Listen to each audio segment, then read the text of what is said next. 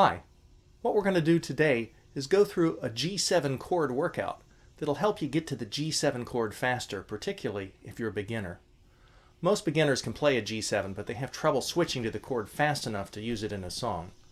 To switch to any chord quickly, you usually need to get all your fingers down to fret the strings at the same time. But a lot of beginners I've taught, what they do is they put their fingers down one at a time, very often in the order 1, 2, 3 on a G7 chord. A good way to break this habit is to practice putting your fingers down in different order, and that's what the chord workout does. I'm going to go through every possible order you could put your fingers down, which doesn't really take all that long.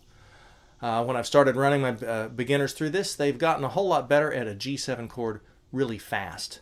So remember, the final goal is to be able to put all your fingers down at once, but we're working towards that one finger at a time. To play along with the chord workout, look for the upcoming finger order on the slide, wait for metronome clicks between the sequences, start with the open strings and then follow the chord charts, left to right. Another option is to pick a chord that precedes the G7 in a song you're working on, play that chord instead of the open strings, and then follow the rest of the chord charts, left to right. Hawaiian shirts are optional.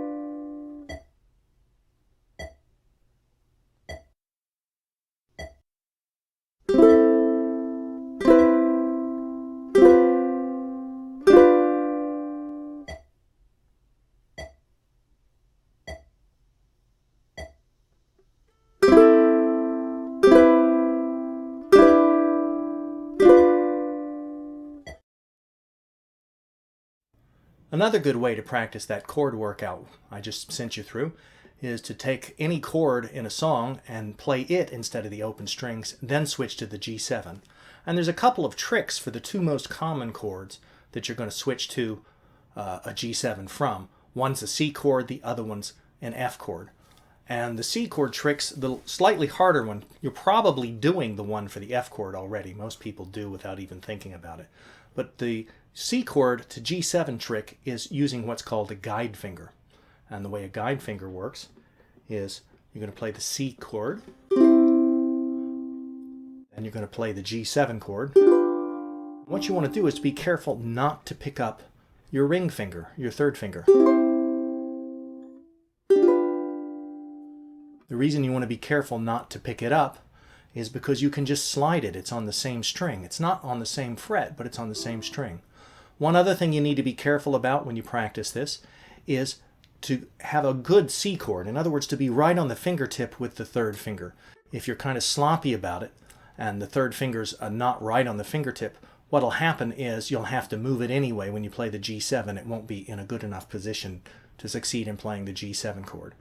So, play the ring finger, slide it, then put the other two fingers down. Actually, you'll eventually learn to do that in one motion. But it's not a bad idea to practice the two fingers that are left individually. And I'm going to send you through that right after this little discussion of that in about 5 seconds.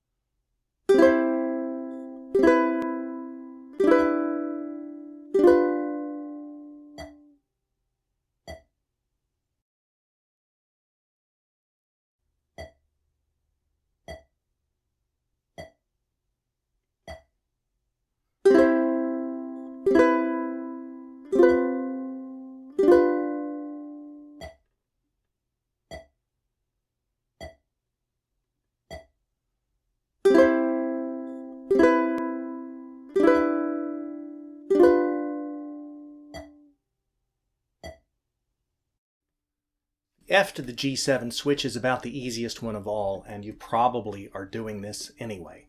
But I occasionally see people who don't do this instinctively. And what you want to do is your first finger's on the second string, first fret in both chords. And you just want to be careful not to pick it up. Sometimes people moving one of the other fingers tends to make them reflexively lift the first finger. So that's what this little chord workout right after this is for. It only goes through a couple of different types of changes because since you're going to start with the first finger in any situation, because you want to leave it down, it should be the first one planted. Since you're already going to start with the first finger, I just did 1, 2, 3 and 1, 3, 2.